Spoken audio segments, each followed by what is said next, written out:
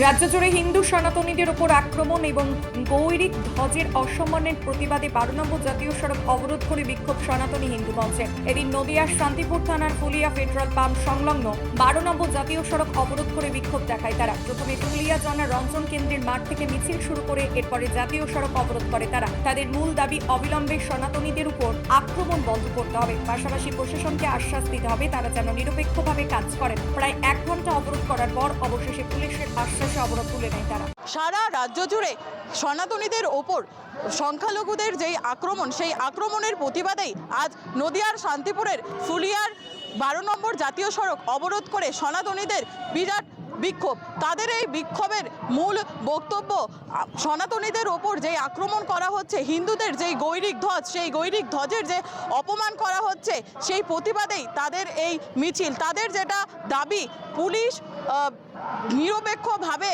আইন কানুন পরিচালনা করুক এবং সনাতনীদের সুরক্ষা দিক। তাদের এই প্রতিক্রিয়া, তাদের এই দাবি যতক্ষণ না পুলিশ মেনে নেবেন, তারা এই বিক্ষোভ তুলবেন না। নদিয়া থেকে কুহেলি দেবনাথ, খবর বাংলা।